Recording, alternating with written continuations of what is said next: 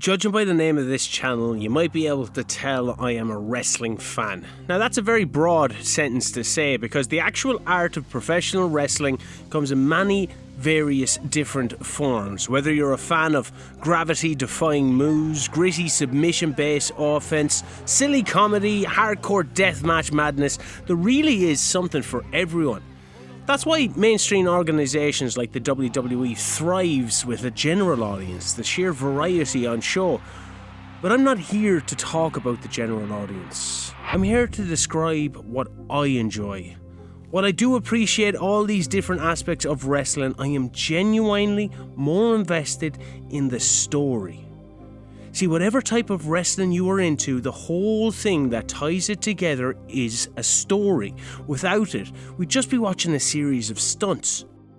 In its basic form, wrestling is the age-old tale of good versus evil. The moves and the conduct in each match by every artist is predicated on whether a particular performer is either a good guy or a bad guy. The good guy, the protagonist, the babyface, has to garner the support and sympathy from a crowd, while the bad guy, the antagonist, the heel, riles the audience up and hopefully sends them into a frenzy. If this dynamic is done correctly, it doesn't really matter what moves are done in the ring. That doesn't mean that the moves are irrelevant. Some sort of action needs to happen after all, but it is to say that if the basic fundamentals of wrestling are observed, you will capture attention, and if the right beats are hit, you'll keep it. This happens!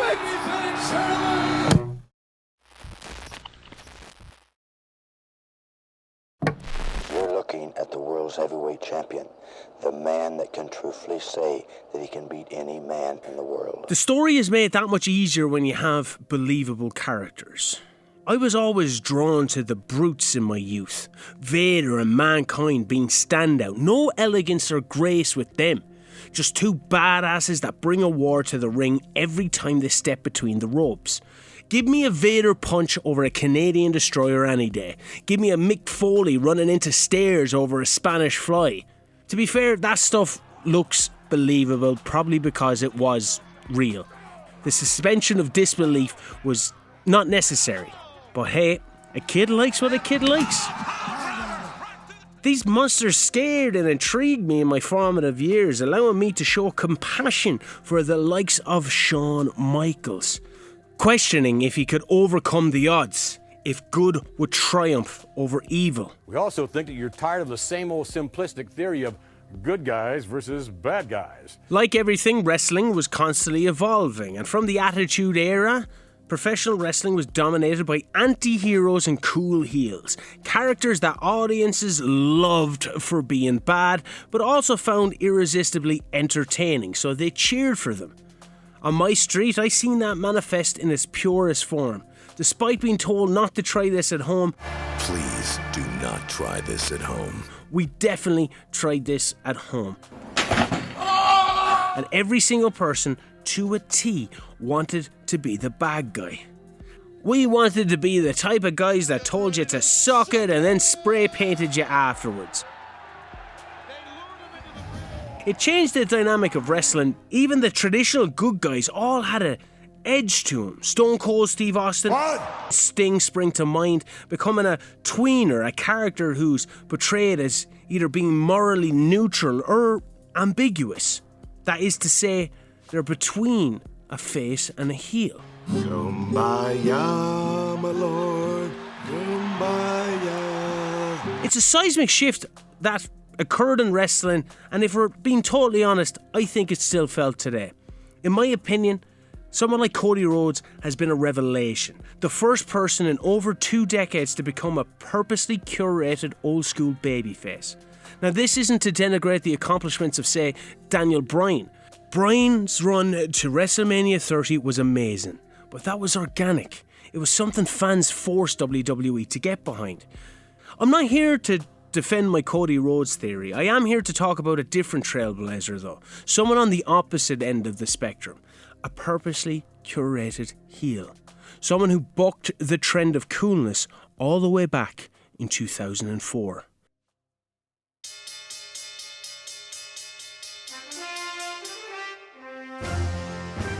enter John Bradshaw Layfield, better known as JBL, a character so detestable that he just broke the mould of that era's villain archetype, who embodied the antithesis of a working class hero and anti-establishment figures that were popular at the time. It is important when discussing JBL that you have to mention his previous character incarnations within the WWF. You see, unlike many performers before him, such as The Godfather, who was Kama, who was Papa Shango, or Rikishi, who was the Sultan, who was the Head Shrinker, Kane, who was Fake Diesel, and who was Isaac Yankem, JBL was always some form of Bradshaw. Starting out in 1996 as Justin Hawk Bradshaw, who beat a former head shrinker, future Rikishi, in 8 seconds, before moving on to form the new Blackjacks with Barry Windham as Blackjack Bradshaw, and then settling with Farouk in a tag team known as the Acolytes. Now, the Acolytes, they were always a fun team to watch in WWE, because they were just generally big lads smashing up folks. When thinking about the Attitude Era, many more names may come to mind. Granted, The Rock, Stone Cold, Mankind, etc. But I bet everyone also remembers the Acolytes, especially when they eventually formed the APA, the Acolytes Protection Agency, which led me and my cousins to form the OKPA in our school fed, the O'Keefe Protection Agency. You see, the APA were just a bunch of badass fellas who liked to drink, gamble and fight. And they always brought a smile or a chuckle to your face when you saw them on screen. The duo was often seen in the back rooms of arenas with a poker table and a doorway comically in the middle of an often large open space hallway. It was ridiculous, but they made it believable. In my mind, it was a sign of respect that the APA had earned that people wouldn't dare not use that doorway. Bradshaw and Farouk would split for a while, with Bradshaw enjoying a solo run before the two ultimately reunited and parted ways once again in 2004. You see, I state this history because it's very much a part of the story of how Bradshaw became JBL. It very much all feeds into the negativity surrounding the new villain. In 2004, WWE had just said goodbye to Goldberg and Brock Lesnar, with both Kurt Angle and Big Show also out injured. The company had just crowned 2 new underdog champions in Chris Benoit and Eddie Guerrero in the prior months, so it was very much a period of transition.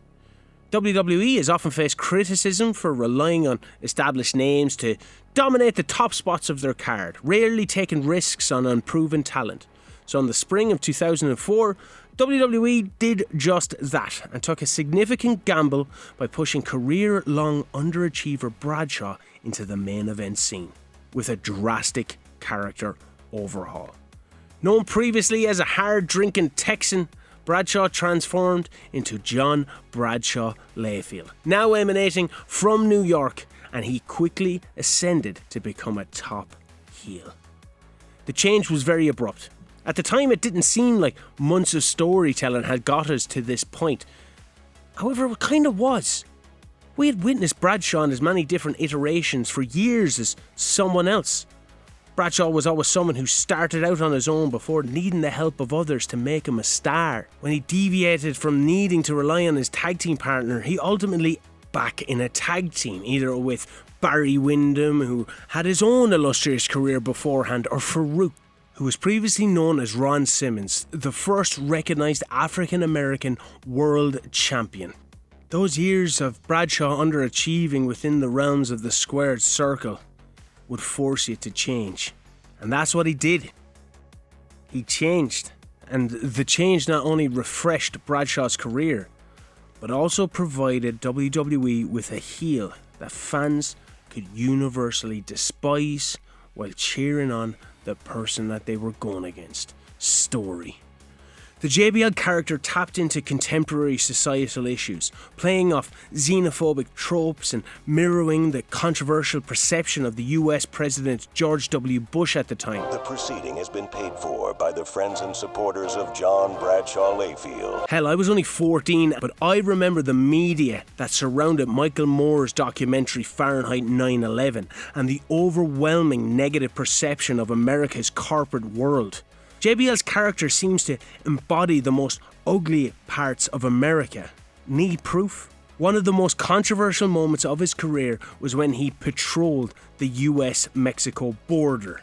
assaulting immigrants. They better stay south of the border. The storyline played on real-world tensions that are still felt to this day and painted JBL as a xenophobic antagonist, a stark contrast to the beloved Eddie Guerrero, the Mexican-American world champion, the perfect foil for JBL.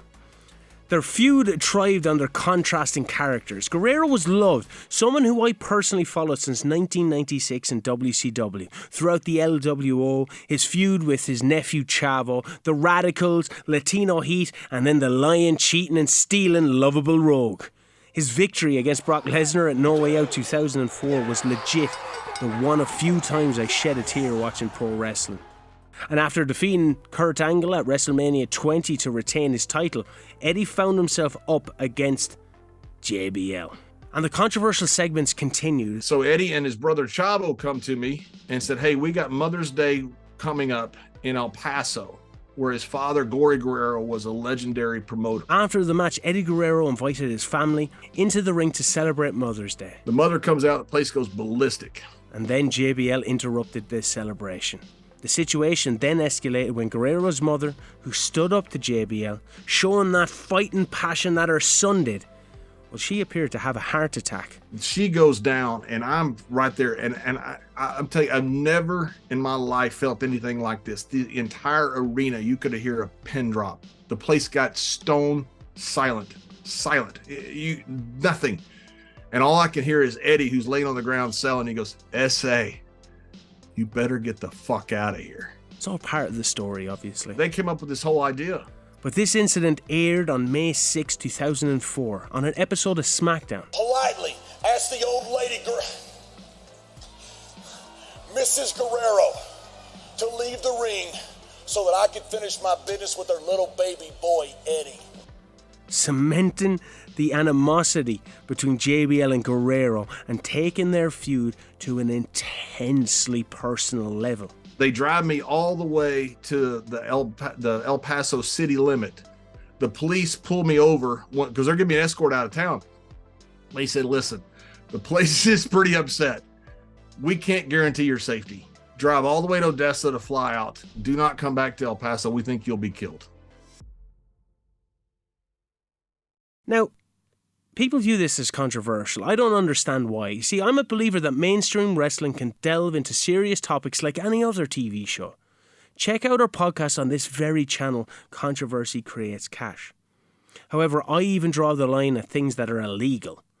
In June 2004, JBL's quest for heel heat led to another major controversy during a WWE show in Munich, Germany. In an attempt to provoke the crowd, JBL gave several Nazi salutes while goose-stepping around the ring. This display, illegal in Germany, resulted in significant backlash and actually led to JBL being fired from his position at CNBC. Now, despite the controversies, or perhaps because of them, JBL's character quickly became one of the top villains in the company. Mr. Layfield would cut promos, standing in front of the Statue of Liberty, espousing the values of preserving the American way of life.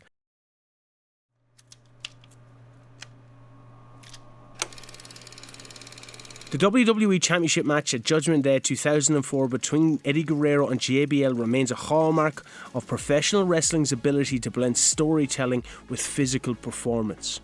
The brutal and bloody encounter, fueled by personal animosity and high stakes, left an indelible mark on me as a teenager. I distinctly remember the concern I had watching that match when JBL hit Eddie with a chair shot that just caused such an intense amount of blood and concern. I talked about believability in wrestling. This looked very believable. It looked very real. That's because it was. See, in reality, the blood was a result of a botched blading attempt by Eddie Guerrero that inadvertently cut an artery on his forehead, leading to an excessive and shocking amount of blood loss. I'd never seen anything like it in the ring. This was real.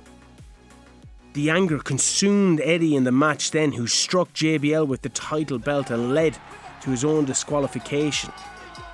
As per WWE rules, the title cannot change hands of a disqualification, so although JBL technically won the match, Guerrero retained the WWE Championship.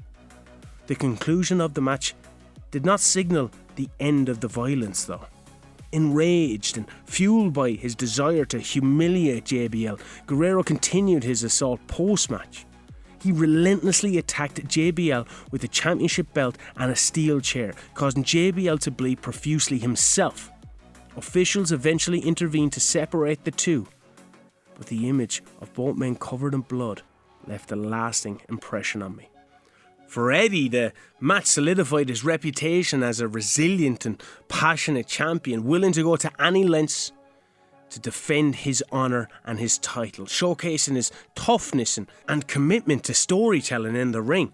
For JBL, the match marked a significant step in establishing him as a top heel in WWE. His ability to draw genuine hatred from the audience through his actions and his in-ring persona helped elevate his status and credibility in my eyes as a main event star. That's what wrestling is to me. That match. Perfect. The feud didn't end. He continued toying with Eddie's heritage by introducing a new character to us called El Gran Luchador, someone who was billed as the Mexican heavyweight champion, and he gave him a solid beating. Eddie ended up in a match and, due to a severe amount of blood loss, actually collapsed in the ring, with JBL taking full advantage and pinning him. These two were going to meet again, and they met in Virginia, a state known as the birthplace of America, where WWE held the Great American Bash. Xenophobic Bradshaw promised that the blood would run like a river. This wasn't patriotic Americana like Hogan beating up the Iron Sheik. This was purposely bigoted. This felt more personal than any feud going at the time, and I loved it. I loved the nuance, because this was packed with it. At the age of 14, for the first time in my life, I was about to watch two men locked together by the unforgiving tether of a bull rope. The restraint would tie together two Texans. In the middle, it would be adorned with a cowbell, serving as a physical embodiment of the rivalry, a reminder of the bonds that united them in their quest for championship glory. Now, the rest of the Great American Bash felt so far away from what was happening in the title match. We spoke about variety. Kenzo Suzuki, a Vince McMahon version of a Japanese person, who originally was going to be named Hirohito and play an evil Japanese dictator. Well, he went up against Billy Gunn. Luther Reigns, who, says you, defeated Charlie Haas. Mordecai, a new character that disappeared very soon after his face-off with Hardcore Holly. And The Undertaker, who encased his former manager Paul Bearer in cement via a truck. There wasn't much happening. So the Guerrero and JBL feud stood out, and I was buzzing for this match. I was cheering for Eddie, obviously. JBL was just a bastard in every sense of the word. And I celebrated when it looked like Eddie had successfully defended his title. However, the jubilation of Guerrero and his loyal supporters was short-lived, as the then general manager Kurt Angle, who Eddie defeated at WrestleMania, remember, intervened, casting doubt on the validity of the victory. A replay revealed a critical detail. JBL had grazed the fourth corner of the ring with his shoulder, mere moments before Guerrero's decisive touch. In a blink of an eye, the tide turned in JBL's favour, as Angle controversially reversed the decision, awarding the match and the coveted WWE Championship to JBL. Bastard. See, I wasn't around for the controversy surrounding the historic showdown between Hulk Hogan and Andre the Giant back in the 80s. Amidst bad officiating from referee Dave Hebner during the match, Andre seemingly defeated Hulk Hogan for the WWE title, only to immediately surrender it to Ted DiBiase. It was later revealed that Hebner's twin had been bribed by DiBiase to referee the match instead. You know, that would have blown my mind as a kid. To be honest, it still kind of does now in my 30s. But I would imagine that moment in the golden generation for so many fans is comparable to the moment that I experienced in that Great American Bash match during the Ruthless Aggression era. There's actually direct comparisons in my mind between DiBiase and JBL as arrogant rich men who both left with the WWE title undeservedly, in my opinion. Anyway, JBL is now a champion, and it was just as unbearable as you would expect it to be. He would say things like, since Martin Luther King and JFK passed away, America needed a champion, and now they have one. He referenced how Eddie had probably relapsed after being in recovery from his addictions. The enigma of El Gran Luchador only deepened with the subsequent appearance of him on July 8th SmackDown, with JBL once again locking horns with the supposed Mexican champion. However, Mr. Layfield was outdone by Eddie Guerrero, who switched with the man under the mask, who was Shannon Moore, during the match, forcing a JBL countout, because of course a coward would run away. Had me screaming at my TV going, Eddie, just get him, let him get his hands on him, and I would be assured that there would be no chance of Bradshaw running away, because next week we were going to have a title match inside a steel cage. And the climax of El Gran Luchador, well, that saga unfolded the very next week on SmackDown. Guerrero and JBL engaged in a heated steel cage match, tensions reaching a fever pitch. The two adversaries found themselves perched atop of the cage, exchanging blows in a bid for supremacy. Yet, in a twist, El Gran Luchador made a dramatic entrance, scaling the cage to join the fray. And with Guerrero momentarily distracted, El Gran Luchador seized the opportunity to aid JBL, ensuring his retention of the WWE title. Now, the true revelation came in the aftermath of the match when Guerrero unmasked El Gran Luchador, exposing none other than SmackDown General Manager Kurt Angle. You see, Kurt had been in a wheelchair for a good while after being chokeslammed onto concrete from a height, and now here he is scaling a cage. Now, to be fair, he did win an Olympic gold with a broken frickin' neck. But once again, JBL, the bastard that he is, came out on top. Eddie would go on to feud with Kurt Angle, but what was Bradshaw going to do? Well, following his victory, JBL arrogantly declared that he had no worthy opponent for SummerSlam and would instead spectate the event. Those plans were swiftly disrupted as The Undertaker made his entrance. JBL proceeded to mockingly announce his SummerSlam defense would actually happen against Shannon Moore, offering The Undertaker the chance to depart unscathed. Yet as he attempted to exit, he fell victim to The Undertaker's chokeslam.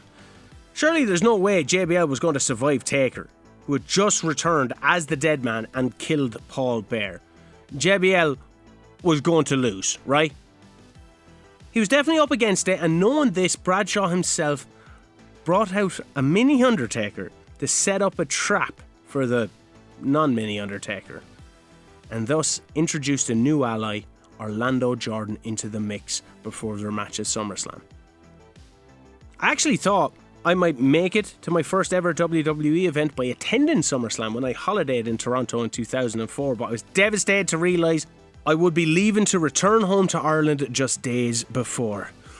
And if I stayed, I would have seen JBL retain the title via disqualification. But he got chokeslammed through his limo for all his troubles, so, you know, swings and roundabouts. The following SmackDown opened with a memorable scene as Orlando Jordan assisted JBL out of a limo, creating one of my favourite visuals in WWE history. JBL sporting a medical halo around his neck with his signature cowboy hat perched on top. He made a painfully slow entrance, emphasising his supposed agony. Despite his suffering, JBL reminded everyone of a SummerSlam victory, once again drawing a parallel between himself and Martin Luther King, because he declared he too had a dream. At his future Hall of Fame induction, JBL said that he envisioned a clip of himself pinning The Undertaker to introduce his speech. He actually bemoaned the injustice of The Undertaker getting himself disqualified at SummerSlam, thus taking the moment away from JBL. It was delusional. It was so pathetic that it still makes me laugh. Watching it back now, I wonder, did it make Vince McMahon laugh?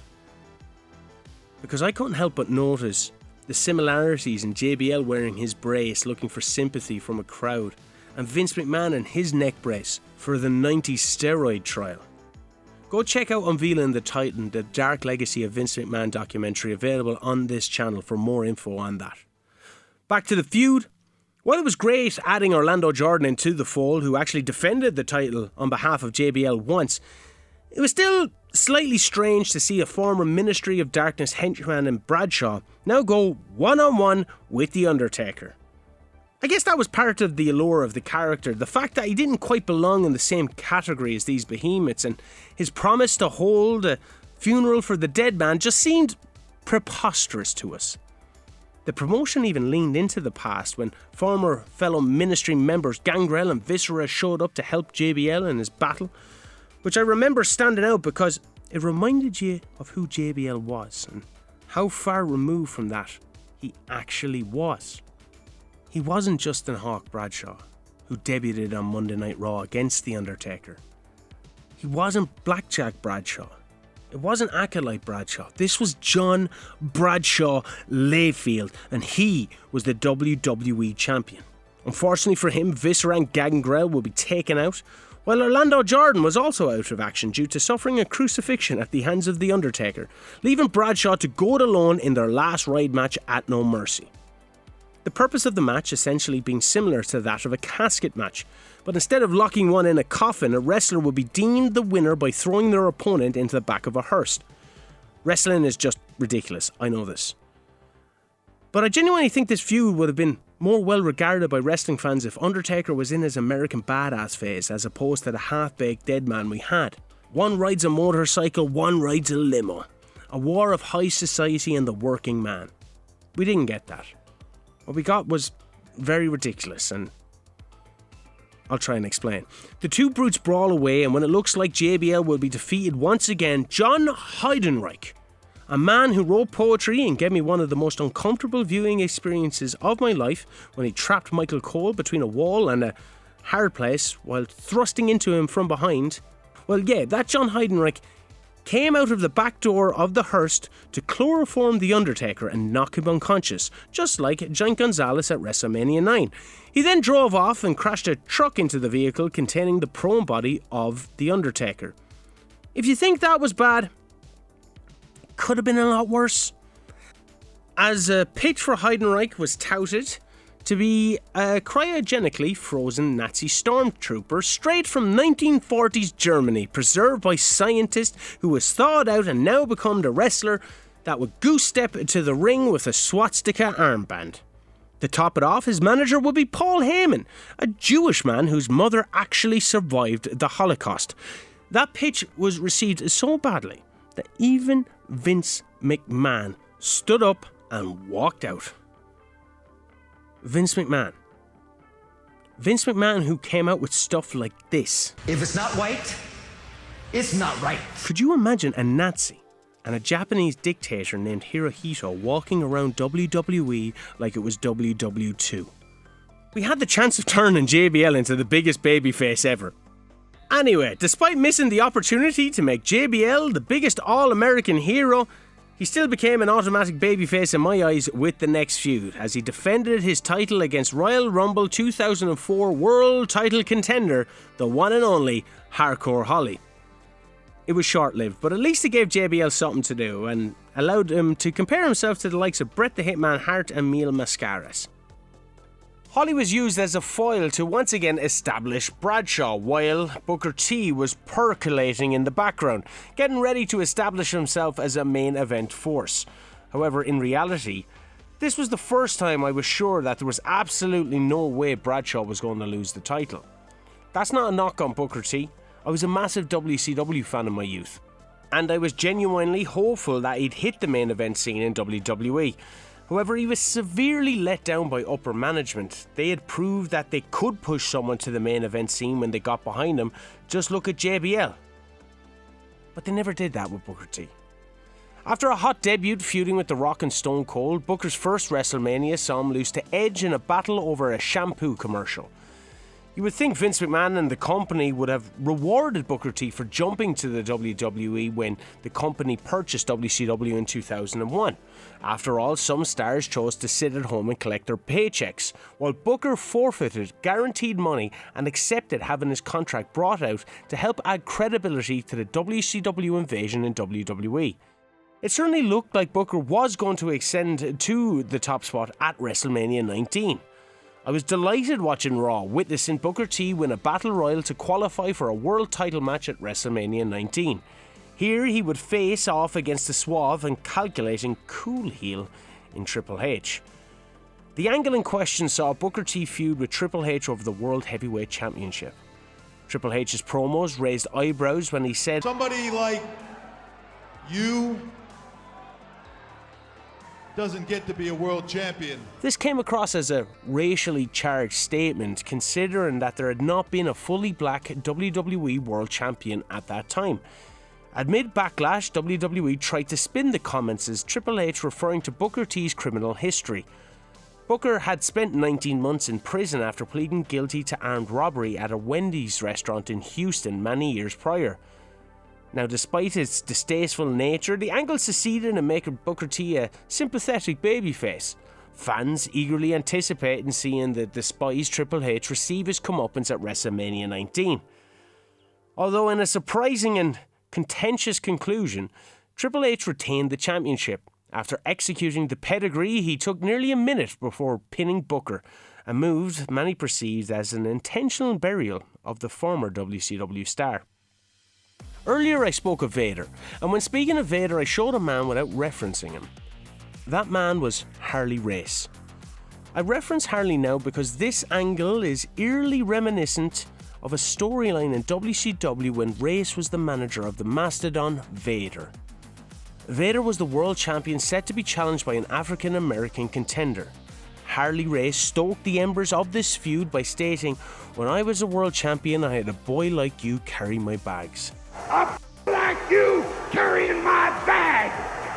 Well, that was too insulting. What a distasteful remark. The man Harley spoke those words to was none other than Ron Simmons, who went on to defeat Vader and become the first black world champion in history. Imagine if, instead of Triple H and Booker T going this route, this storyline was saved for Bradshaw a year and a half later.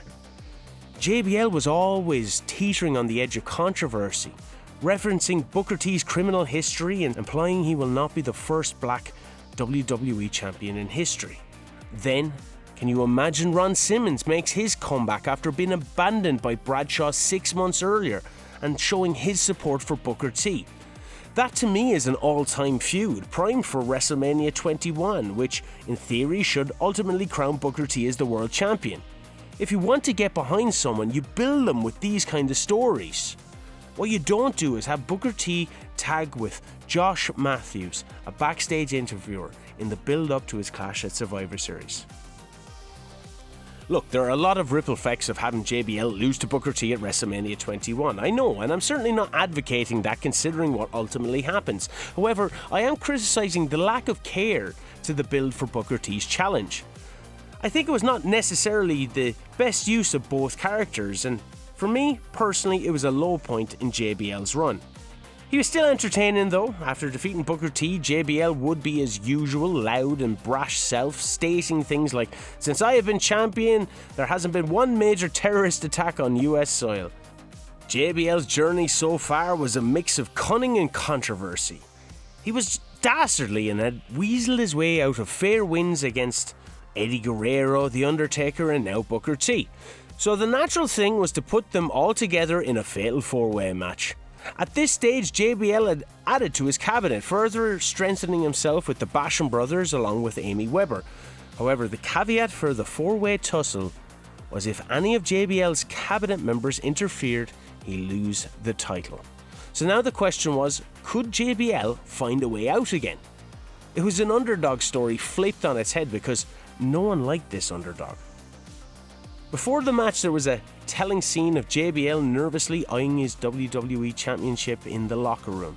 His cabinet, Doug and Danny Basham, Amy Weber and Orlando Jordan tried to boost his confidence, but JBL walked to the ring alone, 6 months into his reign as WWE Champion. There was also a great bit of interaction between Guerrero and Booker T with The Undertaker appearing. It just made me laugh and does every time it pops into my head. I miss Eddie. JBL looked visibly frustrated, knowing that he had to defend his title against 3 foes simultaneously. The match was long with a classic JBL twist at the end. They avoided using weapons initially, you see, and the second half saw tables and the title belts come into play.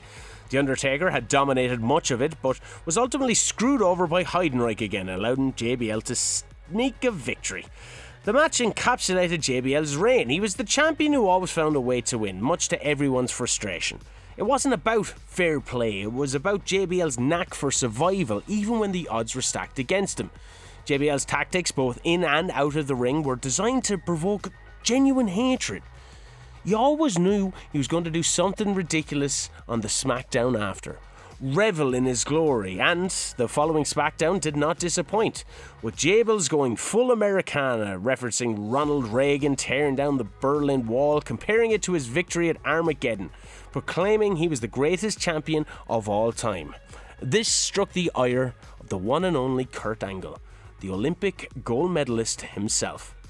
Now Kurt, for all his accolades, he has some serious comedy chops to go along with his medals. It's why I, 95% of the time, will state that Kurt Angle is my favourite wrestler of all time. He's a legit badass that won an Olympic gold medal with a broken frickin' neck after all. And he wasn't afraid to make himself look a bit silly. Same with JBL. Relatability to these absolute monsters of buckos. As a side note, and while we're on the topic of making yourself look silly, well, JBL almost does it better than anyone. What kind of man walks into a war zone and makes himself more of a villain than the actual enemy, all in the name of entertainment? That man is JBL. You see, WWE were travelling to Afghanistan at the time as a tribute to the troops. So Bradshaw took it upon himself to slag off all the troops, bragging about how good things always happen when he shows up, but laments that he's getting tired of being the troops' lucky charm. And he complained about the lack of alcohol. He jokes that Afghanistan might as well be called Rehabistan. JBL proudly claims his role as the American hero in front of all these Americans. He knows the troops want to chant his name, but tell them to whisper. That's way too loud, guys. Please keep it down. So the enemy won't catch on. And just as he's about to leave, vowing to return when the next conflict breaks out, Big Show arrives, knocks him out. His escapades in Afghanistan proved his dedication to entertaining the troops and the fans, no matter how outlandish. So after this show, we knew 2 things. Big Show and Kurt Angle were on his tail, and both had a claim. With tapping to Kurt only for the ref to miss it, and Big Show getting one over Kurt Angle at Armageddon, JBL manipulated a live draw so he could defend his title against Shannon Moore, cleaning his head off with a clothesline from hell in no time, which made Teddy Long come out and make the match between Big Show and Kurt Angle a triple threat. JBL's reactions to any bit of negative news brings a chuckle every time you see it. It's so over the top, but it never makes you root for him. It's more like, yeah, you deserve that, you bollocks. The story ended up in bizarre territory involving divas, as they were known as then, Joy Giovanni and Amy Weber, with Kurt Angle rubbing his nipples before entering a shower to an unsuspecting Joy after JBL and his cabinet tricked him. Roderick Strong actually showed up to lose to Kurt Angle in this story. The chairman of the Florida Agricultural Society also showed up to honour JBL as the Man of the Year. But he was after abducting Joy Giovanni, which made Big Show cry. But the twist, it was Kurt Angle that actually abducted her and locked her into a trunk of a car. It was very messy. And it seemed a far cry away from the Eddie Guerrero feud. Now, everyone gave it everything. And it really helped establish Big Show as a babyface, with Bradshaw and Angle eventually teaming up, rekindling their relationship from the summer. They needed to take out the 7-foot monster before the Royal Rumble, and that would allow the two boyos, or buckos, to have at it. The alliance didn't last long and Big Show returned, so it was kind of spinning the wheels until the pay-per-view, and to be honest, it was kind of spinning the wheels until WrestleMania. Why? Well, let me tell you. You see, since losing some big stars, as I previously mentioned after WrestleMania 20, WWE needed to establish their long-term future by creating bona fide main eventers that will carry the brand for the next decade. Enter Batista and John Cena. It was obvious to everyone that the next top babyface champions on each brand would undoubtedly be Cena and Batista, and one of these men would establish their WrestleMania credentials come the end of the Royal Rumble. At the time, I remember thinking Big Show had no shot in the triple threat because John Cena, the SmackDown superstar, had faced off against a heel Big Show at WrestleMania 20 already. So defeating him while he was a good guy would not give anyone a feel-good moment. Kurt Angle was certainly an interesting proposition as he was John Cena's first ever televised opponent, but then where would that leave JBL? Come the end of the triple threat, I was not surprised to see Bradshaw once again come out on top through nefarious means and, as usual, celebrate in an over-the-top manner. I remember him bursting into Teddy Long's office in full celebratory mode before being informed that he won't get away with his shenanigans again, as he would have to face the Big Show at No Way Out in a barbed wire steel cage match. You heard that right, a barbed wire steel cage match. I grew up only really hearing stories about the famed ECW and Japanese death matches.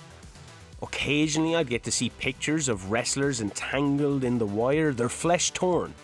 And now, on WWE television, I was going to see a 7-foot-tall monster locked in a cage with someone who could not deserve the punishment anymore. I racked my brains to try and figure out how Bradshaw was going to get out of this one. No one can get in to help him.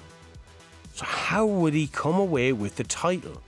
I couldn't wait to get my hands on the VHS tape my friend had from the night before to see what was going to happen. Bradshaw had made himself such a heel that I looked forward to the pain he would suffer at the hands of the Big Show and legit thought we were going to get a rehash of Big Show and John Cena at WrestleMania 21. The blood flowed as the match trotted along to a shocking conclusion. Big Show goozled Bradshaw, wrapping his huge hands around his neck while both were perched upon the top rope, and he ended up delivering an almighty chokeslam straight through the ring. It was awesome. As my jaw hit the floor, the realization hit as Big Show edged closer and closer to the cage door to gain that victory that would mark the end of JBL's title reign.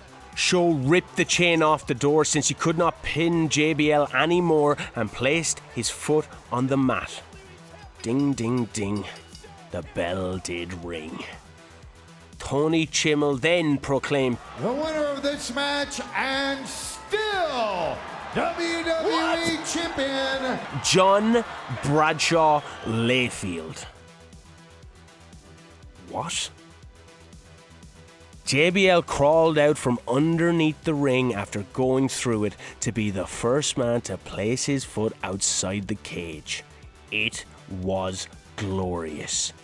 Genuinely, the most inventive finish I have ever seen. It was absolutely perfect. Bradshaw was now the longest reigning WWE champion in a decade. That was some turnaround. It's no wonder he proclaimed himself to be a wrestling god. This rich tycoon clashed perfectly with his new foil, the aforementioned John Cena, who was in the throes of being a brash hip-hop fan. It was somewhat now the clash of the classes.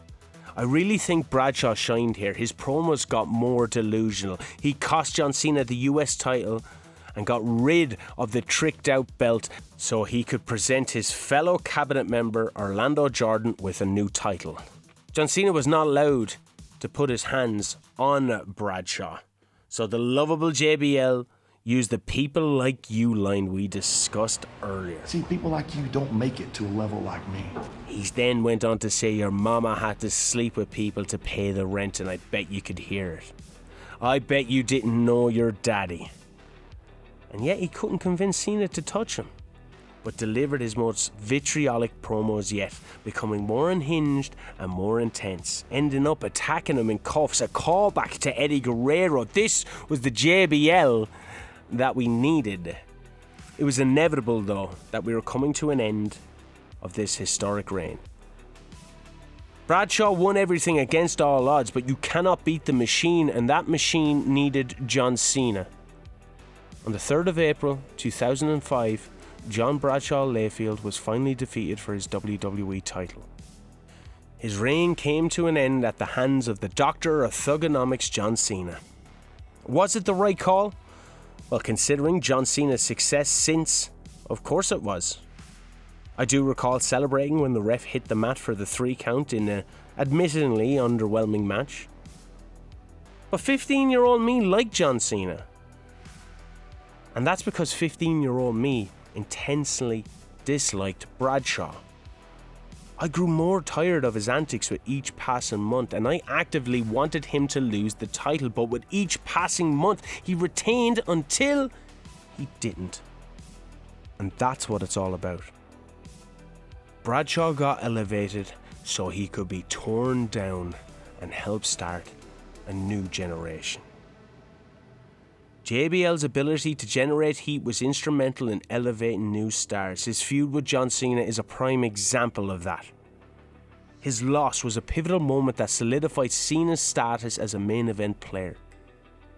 It wasn't just about Cena winning the title, it was about overcoming a truly despised champion, which amplified the impact. Going on to have a bloody war then with John Cena, establishing him further as the top guy, before doing the very same for Batista once the WWE draft swapped the animal to SmackDown. JBL's character, it was a masterclass in how to be an effective heel.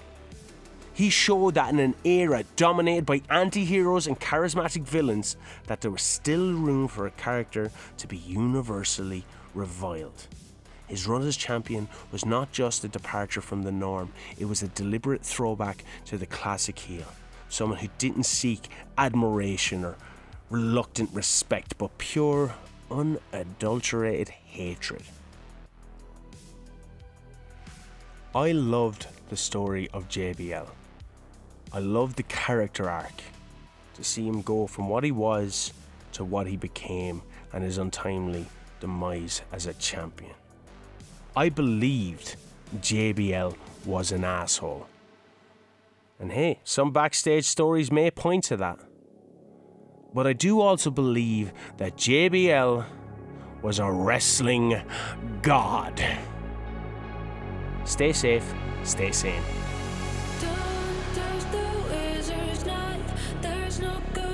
There's no life. You will be first to fight, but on which side?